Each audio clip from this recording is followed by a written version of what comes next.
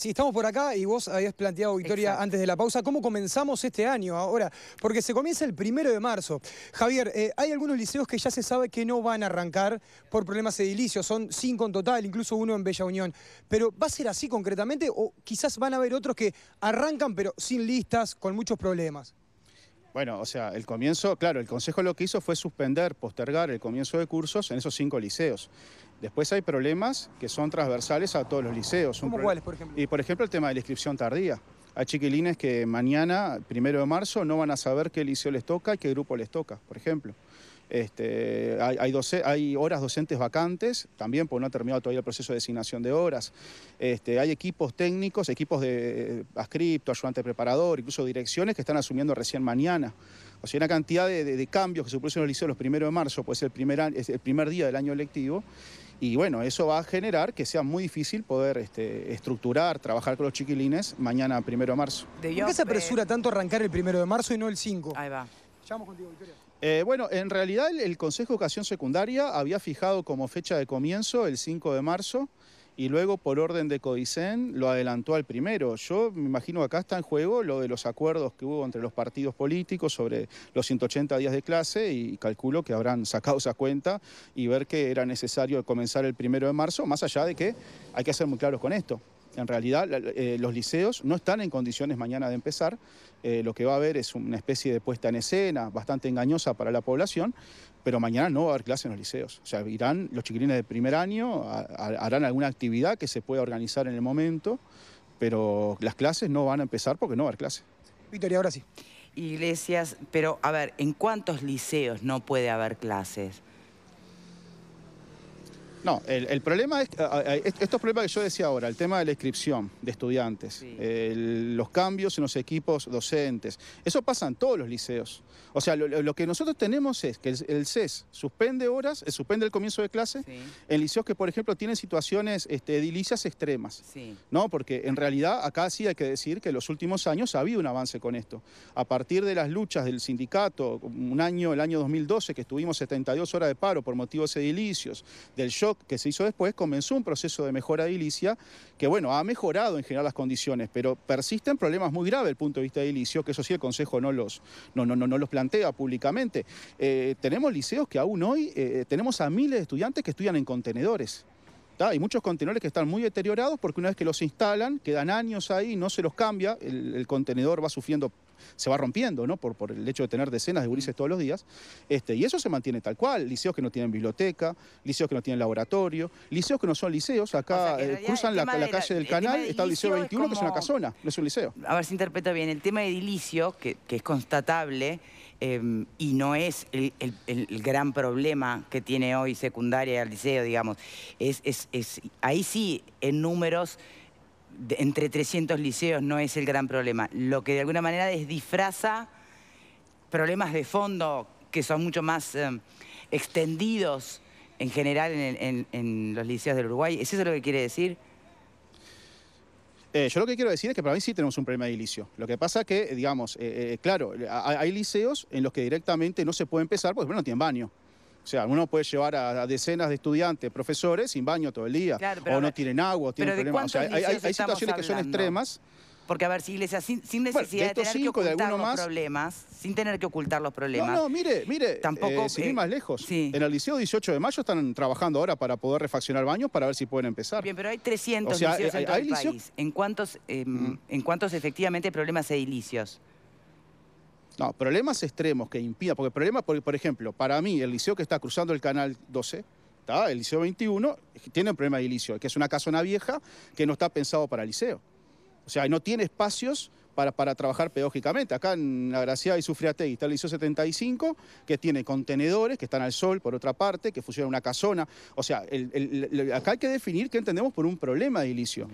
Para el CES, los problemas edilicios son aquellos que hacen imposible trabajar. Entiendo. Bien. Claro. El problema es que son de fondo y que hay un gran rezago ahí y que se requieren muchos recursos para poder resolverlo. Bien. Iglesias, muchísimas... perdón. ¿Qué medidas tienen pensado tomar, si es que tienen pensado tomar alguna medida por su oposición a la resolución con respecto a la repetición? Bueno, en principio la FENAPES resolvió rechazar la implementación de esta circular. Esto se le planteó en el día de ayer al Consejo de Educación Secundaria, se le pidió que bueno, por lo menos fuera puesta en suspenso, el Consejo se negó y acá hay un problema añadido a esto, y es que de la lectura de la circular uno entiende que para aplicarse la circular en un liceo, la coordinación docente debería ser consultada. O sea, el cuerpo docente del liceo, más allá de que no se trabajó esto, debería ser consultado para ver si acepta o no. Y estamos al tanto de denuncias de todo el país, de docentes de liceos, en donde los inspectores están presionando a las direcciones para que lo apliquen igual. O sea, hay denuncias, hay inspectores que están presionando a los directores de los liceos para que lo apliquen sin consultar al cuerpo docente.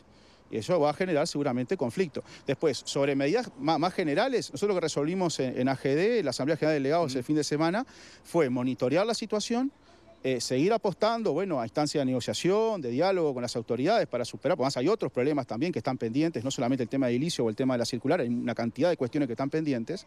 Por ejemplo, hay miles de horas sin designar en programas como cárceles, por ejemplo. Hoy tenemos que los reclusos que hasta el año pasado tenían clases. 96% de las horas ya fueron asignadas. Es un mensaje de Secretaría de Comunicación de Presidencia. Bueno, eso es lo que... Eso es lo que dice la directora general. Ahora, por ejemplo, en las cárceles, que acá en Uruguay tenemos una tradición de que la gente que está privada de libertad puede tener liceo, en Concar, en Juan Soler, Penal de Libertad, bueno, Punta Rieles, ¿no? Por ejemplo, este año no está resuelto si va a haber clases ahí. Esas horas no se han designado. O sea, esa población, que es una población nuestra, porque son estudiantes del liceo también, no tiene clases. Después, no está claro qué va a pasar con unos programas de apoyatura pedagógica, como por ejemplo las horas de tutoría, tampoco está claro. O sea, en realidad, los problemas van más allá de la cuestión de la fecha inadecuada, va más allá de algunos problemas edilicios o va más allá, digamos, de todo el tema de la circular. Un problema de fondo que es que ha habido un recorte sobre los recursos del Consejo de Educación Secundaria. Esto ha llevado a un recorte, por ejemplo, de horas que no se han designado hasta ahora y va a seguir generando problemas en el resto del año lectivo. Bien, y la última pregunta sería, ¿por qué siempre estamos discutiendo estos temas que son siempre los mismos, además, ¿no? Más ampliados, menos ampliados. ¿Cuándo empieza el curso? Y bueno, pero a ver, la dinámica de quien propone cosas o quien dispone de recursos es el Consejo. A ver, ¿por qué el Consejo de Educación Secundaria en el Liceo 18 de Mayo, recién el día anterior al comienzo de cursos, trata de acondicionar los baños? Porque obviamente sin baño los gurises no pueden estar. No es una pregunta que pueda responder yo. O sea, ahí va la dinámica del Consejo. Yo calculo que tiene que ver con esto que le decía, el recorte de recursos genera estos problemas. O, por ejemplo, ¿por qué se intenta implementar esto ahora de la circular y no se lo trabajó ampliamente en coordinaciones o en ATE el año pasado? Son preguntas que nosotros del sindicato no podemos responder. Bueno, pero eso que tiene que ver con lo presupuestario. No, por eso, pero creo que tiene que ver en parte con el presupuesto y en parte con un talante, con una política del Consejo, que es discutir lo menos posible con el cuerpo docente. O sea, trabajar lo menos posible en instancias técnicas todos estos temas. Eso es una política del Consejo. Javier Iglesias, muchísimas gracias por este rato que nos dedicó. Muchas gracias, Diego, para vos también. Gracias, impecable, adelante. Bien. ¿Reflexiones? A mí me sorprendería el día que el sindicato de profesores de secundaria diga qué bien tal cosa, porque siempre se oponen a todo. Se oponían al plan Promejora, se oponen permanentemente al tema de la elección de horas más de un año, porque es un sistema bárbaro, elegir todos los años, todos los profesores en todo el liceo del Uruguay. Ahora se pone el tema de repetición. Yo nunca vi que realmente apoyaran algo. Me parece que el tema de fondo acá es que quieren cogobernar y los sindicatos no cogobiernan. Los sindicatos pelean y con todo derecho por Pero una cosa es cogobernar y otra es que sean consultados en pero el sindicato decisiones. no se tiene que consultar. Tienen su representante. Sí, pero justamente el representante trabaja en el consejo y están las asambleas técnicas docentes. Pero en esto se están quejando los representantes de los docentes en los consejos. Entonces, acá la polémica está dentro del propio consejo, entre políticos y no políticos. El problema con relaciones internas que tienen problemas entre ellos. A mí lo que me parece que lo que se está planteando, que es el tema central de la repetición, lo que está en juego en discusión, creo, es si la repetición como método sirve o no sirve. Y ahí creo que se está estudiando el tema y se está analizando. Yo no lo tengo claro si sirve o no sirve. Lo que sí me parece bastante lógico, que si un chico aprueba determinadas materias y otras no, que tenga la posibilidad de solamente recursar las que no aprobó. Si es excelente en matemáticas, lo hace recursar matemáticas de vuelta. Me parece que es una cuestión de adaptar la realidad educativa, que es muy rígida en general, a la realidad de los gurises, ¿no? Ahora, esa realidad educativa, lamentablemente, te guste o no, Alfredo, es con la que cotidianamente tienen que trabajar los docentes. Entonces, cuando se hacen cambios tan importantes como que un chiquilín tenga que lidiar, porque si estamos hablando de que va a aprobar más de la mitad, significa que puede quedarse con 4 o 5 materias del año anterior, más las 10 o 11 que tiene el año siguiente. ¿Quiénes son los que están respaldando a esos chiquilines para que puedan con todo eso? Son los docentes, que son los que están allí codo a codo, no es el zapuente que irá a visitar el liceo de cuando en cuando. Entonces, me parece que hacer ese tipo de cambio sin consultar a quienes tienen que trabajar con ellos, me parece que es un reclamo de recibo. En cuanto al inicio de clases, estamos mejor que otros años. Vamos a recordar que hubo años donde no se comenzaron las clases porque los liceos se llovían, se caían los techos. No sin antes decir que siguen esperando la gente de Dolores por los liceos que el tornado devastó, ¿no? Las obras están muy demoradas, siguen teniendo clases en contenedores. Acá obviamente en estos dos bloques, y a propósito de la participación del profe Javier, hay dos temas distintos, ¿no? Uno el que tiene que ver con el comienzo de la clase. Yo coincido con Verónica, todos nosotros, pero cualquiera de nosotros, hemos presenciado con gobiernos de todos los partidos, inicios de clases con realmente una dimensión del problema edilicio casi catastrófico. Hemos arrancado con problemas de designación de horas, con atrasos monumentales. No parece ser el caso del arranque. Yo creo que la credibilidad, incluso del propio sindicato como herramienta, a veces me parece que pasa por decir a todo siempre que no por igual. Y hay que saber discernir, hay que saber discriminar. Por supuesto que el sindicato tiene una labor necesariamente crítica, vigilante, expectante, reivindicadora. Eso se sabe. Yo tengo dos profesiones y estoy afiliado a los dos sindicatos de mis profesiones. Pero siempre a todo decir que está mal, creo que es un error. Y después un asunto que por allí se deslizó. La decisión de la repetición por materias, yo no soy especialista en la materia, pero baja como algo razonable. Si el muchacho ya cursó y aprobó el curso, ¿por qué obligarle a hacerlo de vuelta? Está bien que aparecen nuevos desafíos, pero formarán parte de ese escenario, de los nuevos desafíos. Porque hay una cosa que hay que decir, la independencia técnica acá no está violada, porque no se le dice al profe de geografía, a diferencia de lo que puede ser, páselo igual, ¿se entiende? El profe de geografía, si entiende que cursó el curso, si entiende que cursó el año con satisfacción, lo pasa, le da nota suficiente, y el profe de idioma español no. Por lo tanto, al otro año tendrá que recursar idioma español. Lo del aceptar dinero, ¿qué les parece? Bueno, son recursos que serían utilizados obviamente pero eso es una mala, yo con todo respeto, esa es una mala forma de plantear las cosas, no es dinero, es apoyo a las clases. Es como decir, yo acepto dinero a cambio de mandar a mi hijo a la escuela. Claro, el Estado gasta dinero para que mi hijo vaya a la escuela. Me parece que es una forma un poco injusta. Es también injusto que se les diga, bueno, con este dinero van a poder contratar una foniatra. Sí. Todos deberían tener una foniatra, no solamente los que aceptan este programa, porque si no, ahí sí yo creo que se genera esta cuestión que no está bueno, dinero a cambio de programas que estamos experimentando. Otra cosa, le doy a Graciano, sigue la palabra. Dos asuntos tenemos que pasar a primaria. Que nos olvidamos, ¿no? Dos cosas. Primero, las autoridades de la enseñanza forman parte del establishment de la educación. No son, justamente en este plano, no son ningunos advenedizos. Y además son el poder, nos guste o no, legítimamente constituido. Pero lo digo ahora que gobierna el Frente Amplio, y lo decía cuando estaba Rama también, que quede claro, que quede claro. Me parece que a veces nos confundimos y cometemos serios errores. Vamos a pasar a primaria, si me permiten, que tiene también otro desafío por delante. A ver. 230.000 niños comenzarán las clases en primaria y 87.000 en educación inicial. Esta vez primaria dará a las escuelas la opción de limitar la repetición solo a tercer y sexto año. Los centros que lo apliquen podrán contratar un especialista para dar apoyo a los niños que tengan dificultades. El planteo no es compartido por la Federación del Magisterio, que reivindica al maestro de clase como la persona que conoce al alumno y que debe decidir si tiene que repetir. Para la FUM, la repetición no debe analizarse como un desestímulo para el niño ni como un factor que contribuya a la deserción escolar, sino como una oportunidad. Primaria prevé financiar el plan con recursos propios, dijo la directora general Irupé Bucetti al Observador. Para el año que viene podría incluirlo en la rendición de cuentas. En este primer año espera poder aplicarlo en un máximo de 300 escuelas, un tercio del total. Si se destina 20.000 pesos a la contratación, por ejemplo, de un fonoaudiólogo, el costo total de este primer año sería de $1 millón.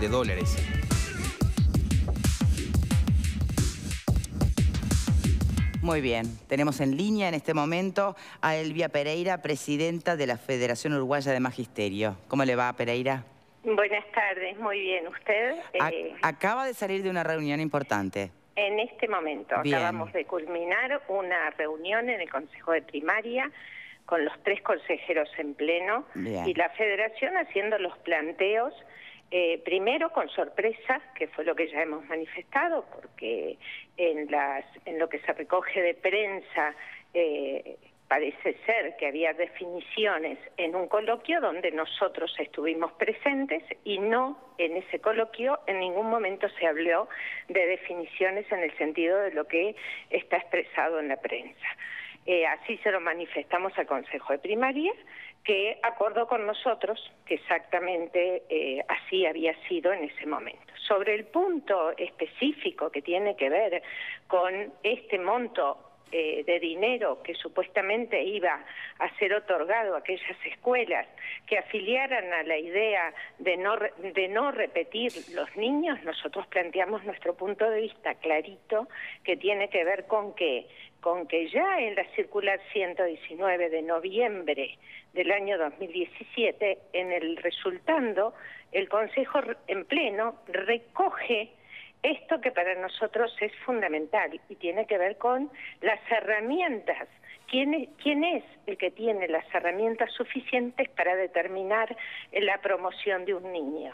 Y eso estamos hablando del maestro. Estamos hablando del maestro que tiene a su cargo los niños desde marzo a diciembre.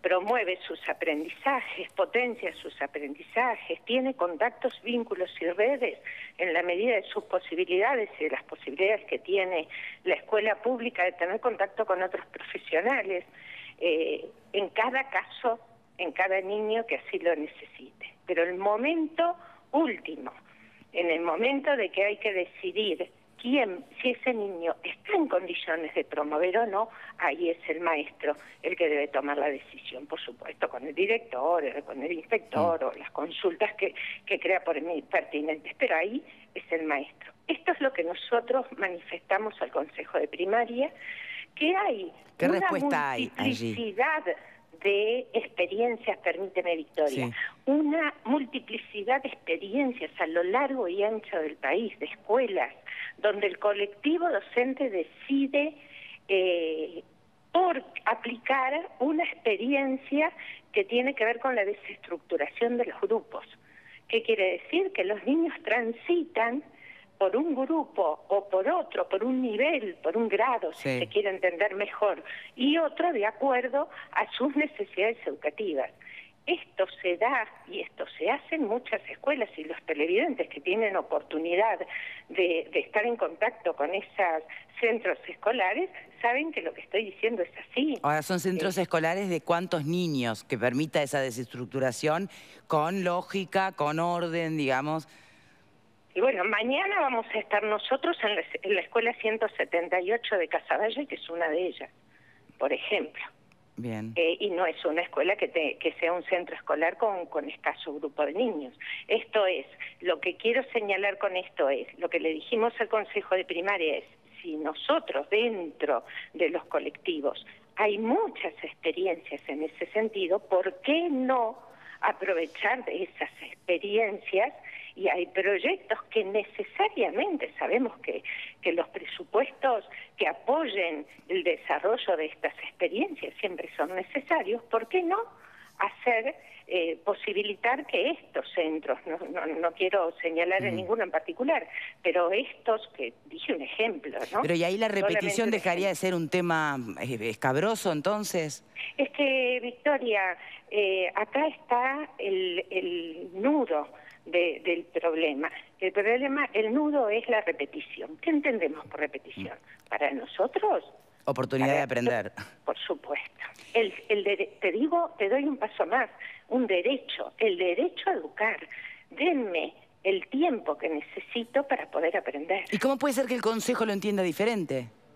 Bueno, el Consejo, eso lo debe contestar el Consejo, responder el Consejo, por lo cual mañana en el inicio de clase se comprometió con la Federación, además, que en el saludo del inicio de clases dejar claro estos aspectos. ¿Pero eso qué significa entonces? ¿Que el comunicado va para atrás? No, no hay ningún comunicado que diga que no se repite. La circular 119 no dice eso. Que no se repite, no es lo que dice. Si no hubiésemos salido en noviembre cuando salió la circular, nosotros nos pronunciamos ahora por lo que recoge la prensa y lo que dice la directora general a la salida del coloquio. Bien, ¿y eso se cayó ya? ¿No se sostiene más? ¿Cuándo te referís a qué? ¿A la flexibilidad? Es eso lo que nosotros queremos. Es a eso a lo que apuntamos, que sean en aquellos centros que entiendan que de su proyecto de centro surge la desestructuración de grupos, se les posibilite. Si reciben o no dinero, un compensación. apoyo... Sí. No, pero no es, ojo, que no es compensación salarial y nunca lo fue. No, destinado a que se empleen recursos pedagógicos también, obviamente. Porque también se hace el paralelismo con las escuelas Aprender. Un programa de escuelas Aprender que es en este sentido. Las escuelas Aprender nacen de proyectos de colectivos, los colectivos escolares presentan un proyecto y a primaria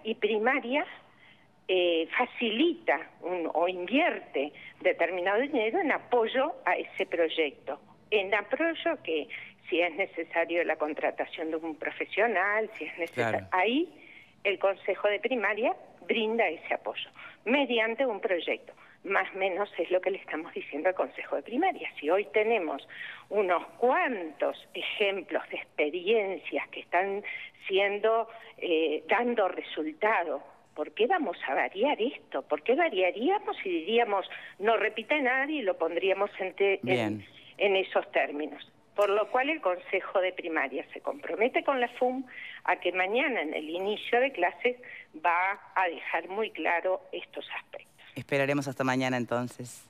Muchísimas gracias, Elvia Pereira. Muchas gracias a usted. Presidenta de la Federación Uruguaya de Magisterio. Victoria, si me permitís, ya que en la ronda anterior no pude participar. Yo creo que complementa la información o el enfoque que nos da la dirigente del Magisterio. Yo creo que hay, digamos, hay dos temas, ¿no? Por un lado, ese sempiterno enfrentamiento que hay en la educación, al igual que lo hay en ADIOM, Montevideo, y al igual que lo hay en AFE, entre distintas concepciones dentro de del movimiento sindical o de su relación con el gobierno. Son casos que no son la norma, pero ¿por qué siempre se repite en la educación, siempre se repite en ADIOM? Es una pregunta que uno tiene que formularse. ¿Qué es lo que pasa allí? ¿Cuál es el conflicto de base que hay en la izquierda que determina que no haya entendimiento entre las autoridades de izquierda y los sindicatos de izquierda? Esa es una pregunta que alguien tiene que contestarse en serio, porque este es un tema que se repite año tras año y siempre en los mismos sectores. Bien, tenemos que hacer una pausa, Graciano. Eso por un lado que me parece muy importante, y porque algo de fondo tiene que haber. Y después lo otro, el tema de la repetición. ¿Qué es la repetición? Bien, ¿me lo podés contar después de la pausa, por favor? Ya venimos.